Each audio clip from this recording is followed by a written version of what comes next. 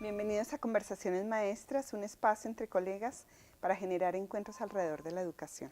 Hoy tenemos a Gabriel Benavides, un caballero que se enfrenta en su cotidianidad al castillo rodeado por dragones, según él define, donde existen muchas vivencias en el aula y donde ese castillo está él en relación a sus maestros, a sus alumnos o a sus maestros en formación. Él ha trabajado en la pedagogía del cuidado y hoy nos encontramos con el tema maravilloso de poder ver qué pasa en la tensión de los vínculos entre el maestro y sus estudiantes.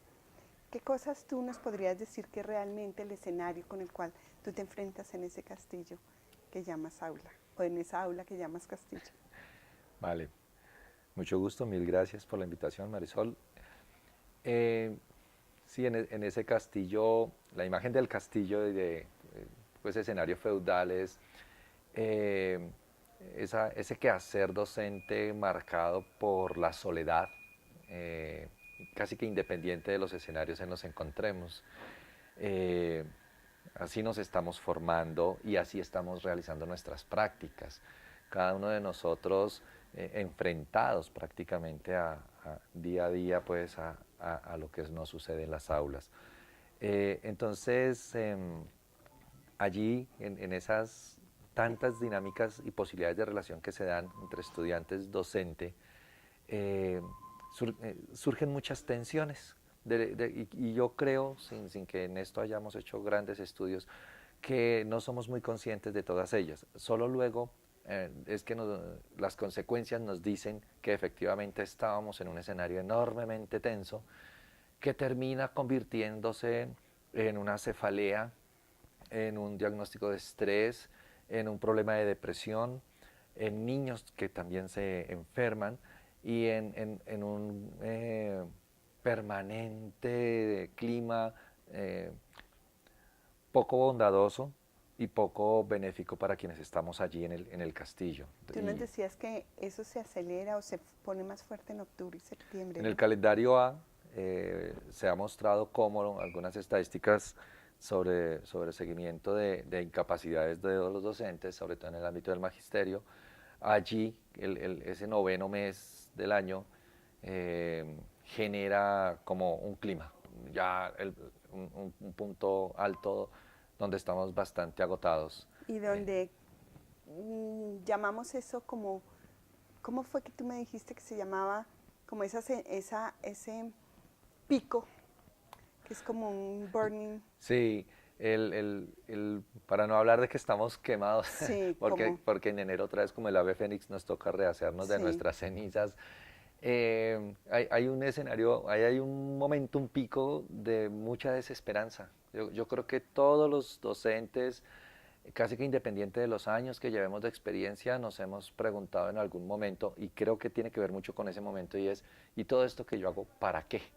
El No, sinsentido. sí, más allá del asunto laboral y de ganar un dinero allí y tener una sostenibilidad económica a título personal, ¿todo esto para qué? ¿Para qué madrugo? ¿Para qué trasnocho? ¿Para ¿Tú qué qué? crees que son los factores ahí que están haciendo entrar en ese sinsentido que además siento como alumna que he sido en la vida por allá no solamente es de un lugar interior del maestro, sino también del estudiante? Y abriría un poco más el espectro y es, indudablemente, maestro, estudiante, el estudiante nunca está solo, él está en un contexto pues, del cual depende mucho en este momento de su trayectoria de vida, que es su escenario familiar, y el profesor tampoco está solo, él está formando parte de un sistema institucional educativo pues que está, por ejemplo, enormemente reglamentado. Cuando uno mira en el caso nuestro en Colombia, los colegios tienen normas para todo, ¿sí? Hay normas, pues lo básico y lo que más conocemos son las normas sobre la convivencia y la evaluación. Pero hay normas para todo, hay normas para las contrataciones, hay normas para las edificaciones, hay normas para el calendario escolar. Está enormemente normatizado. Entonces ninguno de los dos actores está solo. Y esos escenarios que nos rodean, en donde nos encontramos, nos generan expectativas distintas. La presión, por llamarlo de esa manera, o sí, la solicitud que le hace la familia, que le hacen los coordinadores, que hace el rector, al docente en su quehacer, pues sobrecarga, pero también al chico se le hacen sus recargas, ¿no? Y entonces la misma presión porque aprenda como yo le enseño y porque aprenda lo que yo le enseño y porque me lo demuestre en una evaluación. Eso también genera tensiones. Entonces es muy complicado vernos en el aula como que yo estudiante, tú profesor, vamos a hacer algo juntos para seguir avanzando en nuestras trayectorias de vida. Es muy complejo que eso suceda. Y tú en esa intuición que tienes ahí, que a lo mejor ya también es tu conocimiento, seguramente y sin dudarlo, eh, ese aislamiento de que ambos estamos compartiendo la misma dificultad ayuda a que esto sea más fuerte.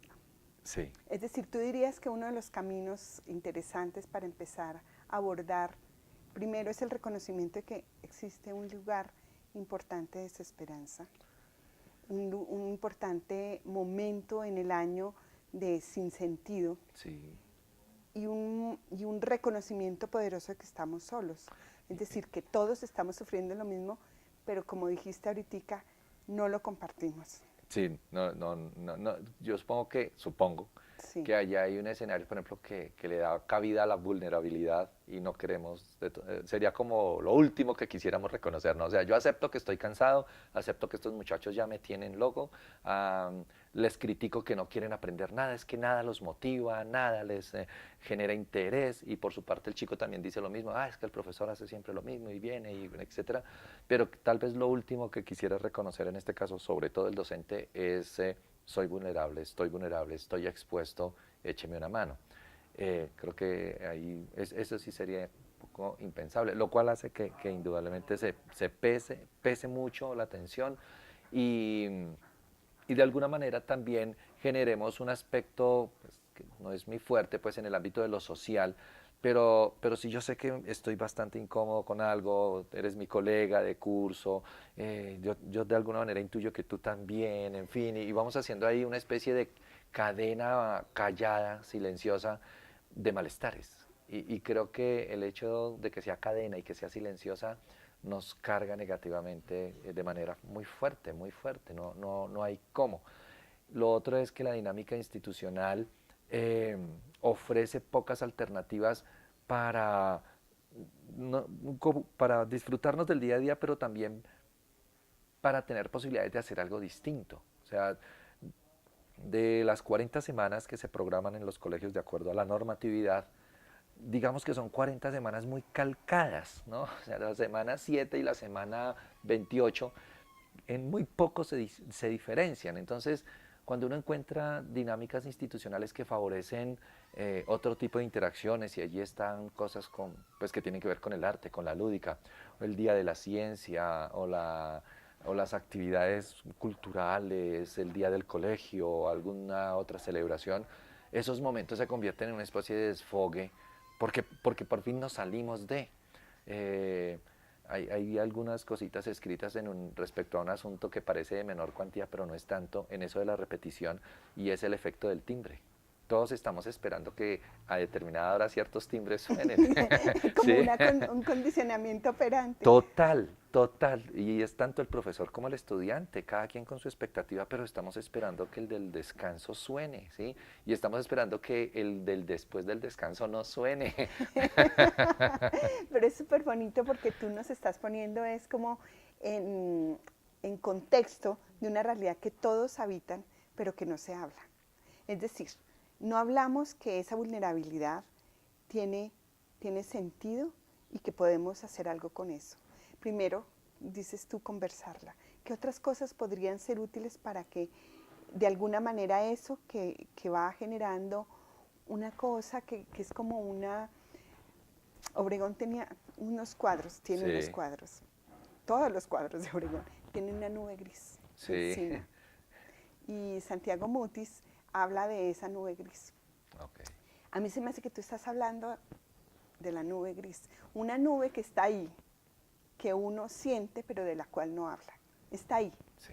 hasta la ve, pero no se habla. ¿Qué cosas tú dirías que serían útiles para empezar a como, no solamente creo que esto de hablarlo es muy útil, pero también qué otras cosas podrían ser como, di tú, como unas estrategias preventivas que tú sientas que son poderosas en pro de la causa de que esto... Bueno, sí, claro, cuando hablamos de este aspecto de lo preventivo nos vamos como a idealizar una cierta situación sí, la palabra preventivo no suena. y Tú nos, decías algo que me parece más importante, es, mira, hay cosas que se pueden hacer fáciles que ayudarían a que esto no fuera sí. tan pesado. Con un amigo ahí de aventuras hablamos cuando tenemos la oportunidad de hablar con otros colegas y hacer algunos talleres, hablamos de cambios al margen, cambios cotidianos al margen. ¿Qué queremos Sí, decir es con más eso? bonito. Queremos invitar a los colegas a que no pensemos y no solicitemos los cambios sustanciales. Es decir, la ley 115 todavía no la van a modificar. A todos los rectores de los colegios no los van a cambiar. Todos los colegios no van a tener videobin en todos los salones para mañana. ¿Sí? O sea, nuestros estudiantes no van a ser todos absolutamente motivados y Colaborativos, colaborativos y sí. emocionados pues, por entrar a mi clase de la noche a la mañana. No va a haber cursos chiquitos. No vamos a tener 15 estudiantes por aula. Sí. Ese tipo de cosas no van a suceder. Entonces, cuando uno habla con los colegas, y todo esto que estoy diciendo son elementos que ayudan al malestar docente, eh, pues no van a transformarse con un clic. Sin embargo, por eso invitamos al docente a que los cambios no sean cambios en lo sustancial, porque son mucho más fuertes de hacer, mucho más complejos y casi que hasta agresivos. E implican más estrés. Claro, me tensionan más. Claro. Entonces decimos, no hagamos el cambio en el centro, hagamos el cambio un poco en la periferia, empecemos por ahí un momento, pero intentemos que el cambio sea cotidiano, que no sea un cambio para los días de izada de bandera, no, que sea un cambio para la rutina de acogida de mis clases. ¿Qué pequeño cambio puedo hacer en la rutina de acogida de mis clases? Que no me desgaste, en el que yo me sienta un poco más a gusto. Y en ese orden de ideas, pues de lograr mirar otras alternativas, pues, y tal vez haciendo un poquito de contradicción con esto de que no sea tan fuerte el cambio, hemos invitado a los colegas a que pensemos en vasos comunicantes, en la figura de vasos comunicantes, porque además es muy real. Es decir, cuando yo tengo un colega que llega nuevo a mi colegio y este profe ojalá tiene pocos años de experiencia y viene muy cargado de emotividad y vamos a transformar esto, y trae unos proyectos interesantes, etcétera, etcétera, y le dice a los chicos de octavo con los que yo también trabajo y les propone cosas, a las 3 o 4 semanas los chicos de octavo me van a decir a mí, profe, ¿y usted por qué no hace como el otro profe que sí nos lleva a la cancha de básquetbol? ¿O por qué no nos trae la película que eso nos gusta más? ¿O por qué no nos propone? Y yo siento que esa novedad que trae mi colega me empieza a generar ruido. Claro, somos vasos comunicantes, como los vasos comunicantes, entonces si subo la presión en un lado, obviamente se genera presión en el otro. Pero si lo manejamos más como que estamos fluyendo, Mm. un poco ahí al estilo Bauman y un poco a la mirada postmoderna de que estamos fluyendo, ¿por qué no intentamos pequeños ejercicios cotidianos, perdón, las es, cuidadosos colectivos, Por entre ejemplo, nosotros, danos entre ejemplos. nosotros? Por ejemplo, generemos una unidad didáctica entre dos colegas, el colega de matemáticas y el de educación física. Y sentémonos, ¿y cómo lo trabajas? ¿Qué piensas trabajar en educación física este semestre, bimestre? ¿Qué haces tú en matemáticas? Esto, aquello. ¿Y qué tal si los chicos entonces van haciendo esto en la clase de educación física? Pero ¿qué tal tú si en matemáticas me colaboras con esto y aquello más? ¿Sí? Hay ejercicios muy interesantes, pequeños, que se han Pequeños. podido realizar, por ejemplo, en términos de nutrición, asociándose el profe de biología con su clase de nutrición, carbohidratos, proteínas, aminoácidos, el profe de educación física donde se hace el tamizaje y en la oficina de psicopedagogía o de acompañamiento del colegio. Y logran, por ejemplo, detectar problemas de anorexia, de bulimia, de malnutrición, ¿sí? Los chicos, entre ellos, se toman sus medidas, cuánto está pesando, cuánto estás midiendo, qué traes en la lonchera, cómo comes. Usan lo de biología para decir, déjame ver cuántos carbohidratos estás aquí comiendo, cosas de esas. Analizan la tienda escolar, van y miran los productos de la tienda escolar. Es como introducir una experiencia autorreflexiva, es decir, yo estoy en el mundo, no solamente estoy aprendiendo como si la cabeza fuera lo único que existe, sino que introduzco el cuerpo en la Claro, relación, introduzco mi propia experiencia de estar vivo, entro en relación con la tuya. Este pequeño ejercicio, por ejemplo, que te comento, ha llegado en algunos casos a ir a que se invita a los chicos a que acompañen a hacer mercado en sus familias. Entonces la mamá es la primera sorprendida de decir, y a cuento de que usted hoy sí me quiere acompañar.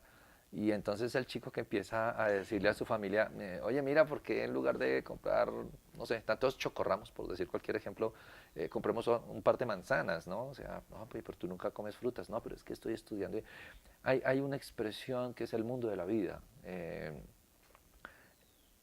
Creo que ahí hay así como el profe se desconecta, está desconectado en su castillo feudal, creo que en general el ejercicio de la docencia desconecta a los chicos o al estudiante. Es que no importa que uno esté haciendo una maestría, desconecta al estudiante con el mundo de la vida.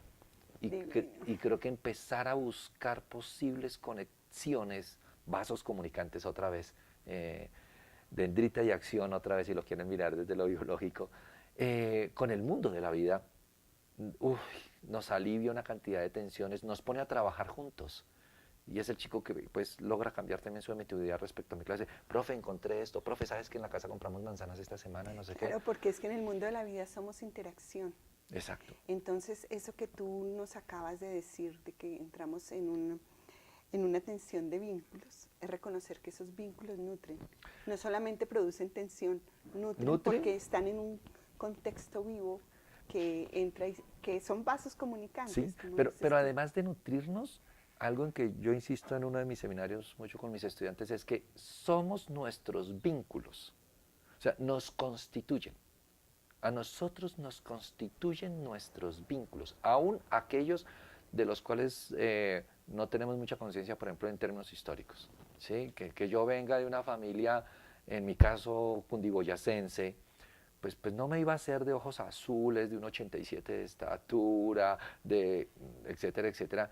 No, y pues nunca conocí a mis bisabuelos ni a mis tatarabuelos, pero de alguna manera aquí están presentes con cada uno de nosotros. Entonces, los vínculos nos nutren y son tan fuerte su nutrición, por decirlo así, sí, que nos constituye. Entonces yo le digo a los estudiantes, hey, así como hay niños que crecen desnutridos en términos de la alimentación y en términos de su cuerpo, muchos de nosotros hemos crecido desnutridos en términos de afecto, porque los vínculos que nos constituyen fueron vínculos poco nutritivos. Y desde esa perspectiva tan poderosa, porque es recuperar la memoria de una manera absolutamente constructiva, en el sentido de que yo reconozco de dónde vengo y cómo me proyecto distinto hacia dónde voy. ¿Tú cómo piensas que la labor docente puede ayudar a cuidar esa memoria, es decir, a recuperarla desde la dimensión que me nutre, que me proyecta? Yo creo que cada vez más por distintos lados. Y cuando digo distintos lados es, por ejemplo, todo el fenómeno de los medios, todo el fenómeno de la educación virtual, todo el impacto mediático que hay sobre los jóvenes, todas las posibilidades que ellos encuentran hoy en día para buscar la información, etc. Nos está invitando a pensar en el modelo de escolaridad, de institución escolar. Yo creo que tanto énfasis en la disciplina tenemos que empezar a pensarlo de otras maneras. Y no se trata de que aprendemos y que enseñamos. Pero indudablemente, poco desde pedacito de la pedagogía del cuidado, que más o menos conozco, sí, una de las preguntas fundamentales que valdría la pena explorar es ¿qué necesita el otro de mí? Entonces, además de que yo le enseñe que la célula tiene estos elementos o que los verbos se conjugan de tal manera o que el verbo to be es así o que la historia de Colombia se hizo de esta manera o los quebrados se suman de esta forma, esa es una disculpa, porque es que los sujetos no nos formamos desde las disciplinas ni con las disciplinas. Y tan así, es tan fuerte ese peso de la modernidad, que cuando nosotros nos presentamos es con el pedacito de la disciplina en la que estamos. Nosotros nos presentamos como el profesor. Pero es que yo no soy solo el profesor, ese no es mi único vínculo. O sea, o yo soy el ingeniero, o yo soy el médico, yo soy el abogado, yo soy el arquitecto. Nos presentamos desde lo disciplinar, pero no nos presentamos desde otros escenarios, no sabríamos presentarnos desde otros escenarios. Claro, lo que tú estás pensando es el sujeto que recibe mi mi conocimiento, también trae una experiencia vital y unas necesidades, unos requerimientos, unas preguntas. Y mi labor como docente quizás no es tanto en esforzarme tanto por dar, sino por entrar en una interacción para construir vínculo y desde ahí fortalecer mi quehacer pedagógico y Claro. mi sentido también vital, Claro. para retroalimentarlo con el otro y así crear una cadena de bienestares, de digámoslo así. bienestar. Cuando uno mira ciertas biografías de maestros muy interesantes, lo que se rescata, mucho de lo que se rescata en esas biografías, además pues, de sus saberes, fueron las maneras como hicieron vinculaciones, ¿sí? Pensemos en un ejemplo.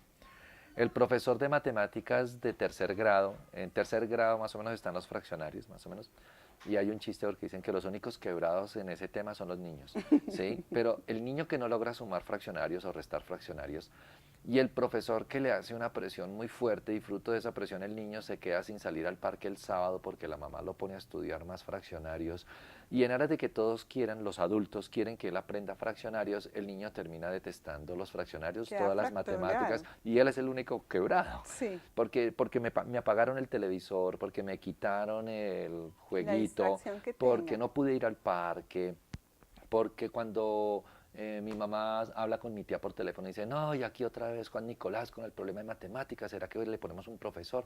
Y llego al colegio y el profesor dirá cosas como, ¿cuándo será entonces que el joven Bermúdez nos termina de sumar fraccionarios? Ese tipo y todos quieren que el niño aprenda, y el niño de pronto hasta le interesaría aprender los fraccionarios si empieza a encontrar que en su mundo de vida allí hay una proyección de los fraccionarios, él los puede utilizar no solamente cuando vaya a ser ingeniero, y si no es ingeniero, entonces ¿para qué me los enseñan?